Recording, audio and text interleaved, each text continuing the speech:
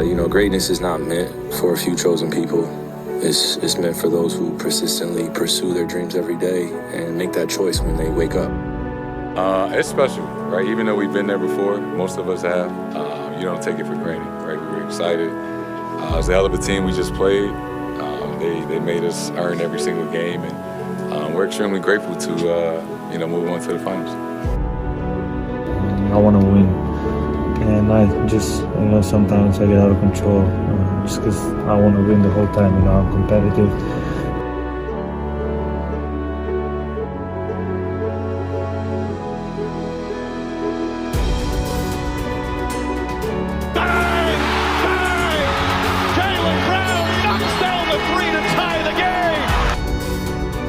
The 2024 Eastern Conference champion, Boston Celtics.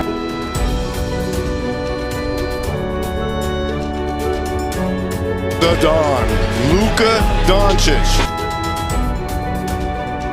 Western Conference champions heading to the NBA Finals against Boston. Congratulations, fellas. And welcome to the NBA Finals. The stage has been set. The 2024 NBA Finals are set to kick off.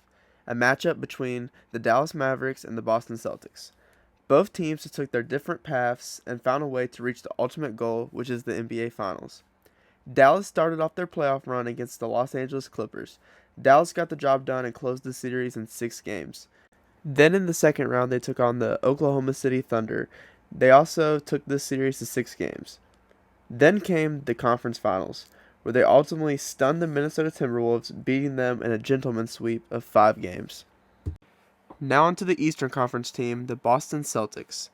The Celtics have faced injured teams throughout their playoff run, but they have also dealt with a big injury to their roster as well. Boston took on the Miami Heat without Jimmy Butler in the first round, where they ultimately gentlemen swept them, winning in 5 games. In the second round, they faced off against the Cleveland Cavaliers. The Celtics ultimately won this in 4 games to 1, but it's also important to note that Cleveland didn't have Donovan Mitchell in Game 4 or 5 of this series. In the conference finals, they matched up with the young and offensive-heavy Indiana Pacers, who ultimately got swept in this series, and also lost Tyrese Halliburton for Game 3 and 4 of the series. Now, if you all could see the pattern and what I just recapped of all the rounds, there was always injuries in every team that the Celtics had to play to get to the finals. And this belief is that this was an easy path to the NBA Finals, which I do not agree with, and I think that's an inaccurate statement. Because a team that won 64 games in the regular season and made it to the NBA Finals is not an easy path. No path to the NBA Finals will be easy. You're playing still competent and very good teams, even if they're missing their best player for either the whole series or a couple of games. I think that the Celtics and the Mavs Finals matchup will be a great one. Both of these teams play similar. They have the same style. They're going to shoot threes and be elite on defense. Both of these teams rank in the top 3 of 3 points attempted in this playoffs. The Mavericks are number 1 with 576 threes attempted through the playoffs, and the Celtics are third with 557. And as I said, both teams are also elite defensively. The Celtics rank number 1 on defense through these playoffs, and the Mavericks are second. But important to note, through the regular season, the Mavericks were the number 1 defensive team all season as well. As I said, both these teams are very offensive heavy, so I think it's important to look at how these teams run their offense and their play style, and there's certain plays and sets that they run throughout the game. So here's an example right here. As you see, they're going into their offense. Lucas slows it down and waits for a screen right here from Daniel Gafford. Daniel Gafford sets a great screen, and Anderson's lost. Gafford in this moment can roll right to the basket. Luka now has separation, stops, and can shoot the ball. And if you look, everyone is at the three-point line except Gafford in this offense. Now another play that they run right here is Luke will get the ball at the top. PJ or Derrick Jones Jr. sets a screen, and they're all spread out right there. Kyrie gets it, and Luka cuts straight to the basket, a give and go. And right here, Derek Lively's hidden in the dunker spot right there, and he can throw it up for the easy lob, or could have kicked out to Tim Hardaway for the 3. Now we can look at the Celtics offense and how they operate with their also 5-outing and 3-point style of play. This is a great example of how they run their offense and their spacing. So Drew Holiday right here. Watch him right here. So Jaylen Brown gives the ball up, and Drew comes and sets a screen. And now Jaylen isn't even going to basket. Drew Holiday sets the fake screen and cuts straight to the basket and pulls the defender with him. Now in this moment, everyone's behind the three-point line, and Drew Holiday can take the layup, or as he does, pass out to the wide open man in the corner and has the wide open shot, no defense, can shoot and make that three every time, there by Al Horford. But the biggest threat that the Celtics have at their advantage is that they have what no other team in the league really has, is a center that can stretch the floor and create his own shot. As you see right here, makes a pump fake, doesn't get the look, steps back 25 feet behind the arc, and can shoot a three, no problem. But for Celtics to be able to use this advantage that they have, is they need him to be available. Kristaps has not played since Game 4 of the first round, which was April 29th, due to his injury. And I think if he actually does come back, because there's been no official report that he's coming back yet, but there's speculation that, he'll be there for Game 1. But I think if they have him, it's going to be tough for Mavericks to guard him, because a lot of their bigs, Lively and Gafford, they stay in the paint area on defense, and that's their elite rim protectors and everything. So I don't know how well they'll do if they have to guard out on the perimeter and deep on Porzingis. So the Celtics need Porzingis for them to have a really good shot at winning this championship.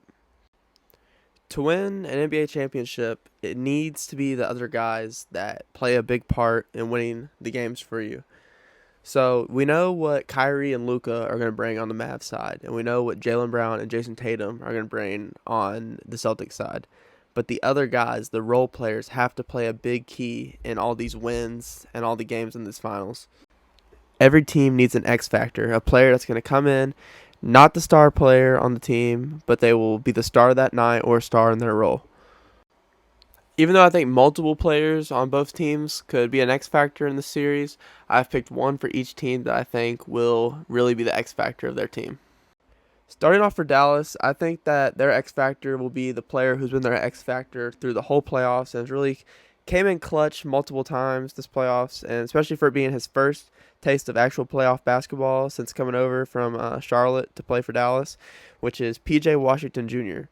P.J. is averaging a very solid 14 points this playoffs, along with about 7 rebounds and an assist a game.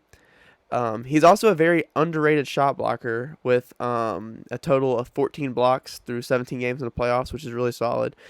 PJ is shooting about 37% from the three-point line on about 6 attempts per game, which is solid, which is all right. But I think even though he's having a good playoff series all the rounds, I think that he still needs to step up, and I think Mavericks will lean on him to do a little more with the defense that's going to be shown on Kyrie and Luka. They're going to have to pass out and let the others do things. And I think PJ Washington will be the star of the others for Dallas this series. I think that there's going to be a game or two that Dallas is going to need PJ to get 20, 25 points per game in the game for them to win the game. And I think most of this is going to come from him hitting corner threes or driving to the basket, and getting looks on a cut. I think that he really is going to be important for Dallas this series. An honorable mention for the X Factor for Dallas was Jaden Hardy. I really think he could also play an important role in these games coming off the bench, especially when Celtics bring Peyton Pritchard off the bench. I think this will be a matchup to look for. As I said, Jaden Hardy he has a limited role where he's only getting about 7 minutes per game, but in his role, he has been very solid this playoffs, and he's shooting a very good 40% from the three-point line on about two attempts a game. And he's hit some good shots, and also he's going to give you hustle and play defense in the moments where maybe Kai or Luka needs a rest. Now, I think the X factor for Boston is ultimately going to be Kristaps Porzingis. And most of this being just for his health. How is he going to look out there? We haven't seen him for so long. And dealing with leg or ankle injuries is really hard for any athlete, any player, but especially for big men that are that lengthy and tall as he is. So I want to see how he is out there, and he really needs to be that third option and third scorer for the Celtics. They need him this series, especially with how young and fast-paced the Mavericks run. They need Porzingis, and they need him at the rim to block some shots. As I mentioned when I was talking about Jaden Hardy, I think Peyton Pritchard could be an honorable mention X factor for the Celtics, and they're going to need him because all year the Celtics have been criticized for their lack of impact their bench has had. And they're always talking about having a weak bench, but Peyton Pritchard is a really solid option and very solid shot creator off the bench, and also a very underrated playmaker. This playoffs through 14 games, Pritchard's getting about 20 minutes a game, about 8 points and 2 assists and 2 rebounds, which is very solid. And he's also shooting 45% from the 3-point line. And how I explained how they're always spread out and looking for a 3, I think Peyton can come in and have a very good role in this finals. And I think some nights, maybe a game or two, they're going to need Peyton to come in and be a double-digit scorer whenever one of their guards, either Drew or Derek White, are getting some rest. Now, this finals is set up for a perfect story. This has a lot at stake for both teams, and especially Jason Tatum and Luka, and also as well as Kyrie and Jaylen Brown even. Celtics, they've, for the past, feels like forever now, they're always in the Eastern Conference Finals or pushing it to the finals. They're always competitive, and they're going to be an elite team. The Mavericks really came on the scene, last year trading for Kyrie and then struggling to make the playoffs and not looking so hot with Kyrie in the lineup. Have really turned it around. I mean, they were a 5 seed this year, but they're definitely not a normal 5 seed. The West was elite this year. But this is a really good finals, and I really think both teams match up well. Starting out for Jason Tatum, this is very important for him because he's been in the league already for 7 years and is already a superstar, an all-star, a all-NBA player. And this is really a big legacy thing for them if they won the championship, because 7 years he's made 5 conference finals and then made the finals against the Warriors in 2022, but ultimately lost. But him winning a ring would set him up, his legacy, and make him go down, as one of the best players in Celtics franchise. A ring for Boston would also make you wonder, where does Jaylen Brown and Jason Tatum rank as a duo in Celtics history and NBA history, even making so many conference finals pushes and then ultimately winning the championship if they did this year. A ring for Luka too in his 6th season would do so much for his career. He's already in my opinion a Hall of Fame player with everything he's done, overseas and everything. But also making 5 NBA teams, 5 All-NBA first teams in 6 years is insane. And adding a ring to that would be crazy, especially too for Kyrie. I mean, this is big for Kyrie too if they would win, because it's proven that he can win one without LeBron. And everything Kyrie's went through with how the media treats him and how he's just been sent to teams, and always leaving bad blood between them, especially playing against the Celtics. I mean, with all the drama that's went on with that, I think this would be very good for him and set him up to people really talking to him as a top 10 point guard of all time, which I think he is. I've went back and forth with this the past few days, and all season long I thought Boston were the favorites, and I still think they're the best team in the league. But it's really hard to predict who I think will win these finals, because I think this is a really good, even matchup. Even though Celtics are more top-heavy, they're both very balanced how the way they play. And the only thing lacking really is Boston's sometimes lack of depth in their bench, but they still get the job done clearly.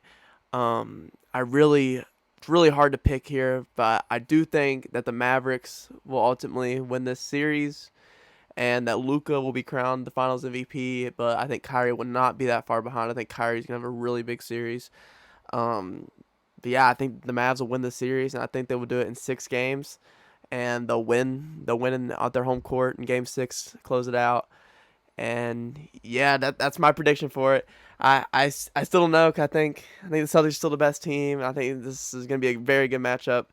But with how the Mavericks played this playoffs, especially against Minnesota, just totally going through there and just destroying them, I've got a lot of more trust in the Mavericks, and especially Luka. I think he's the best player in the world, and I think they're going to get the job done in 6.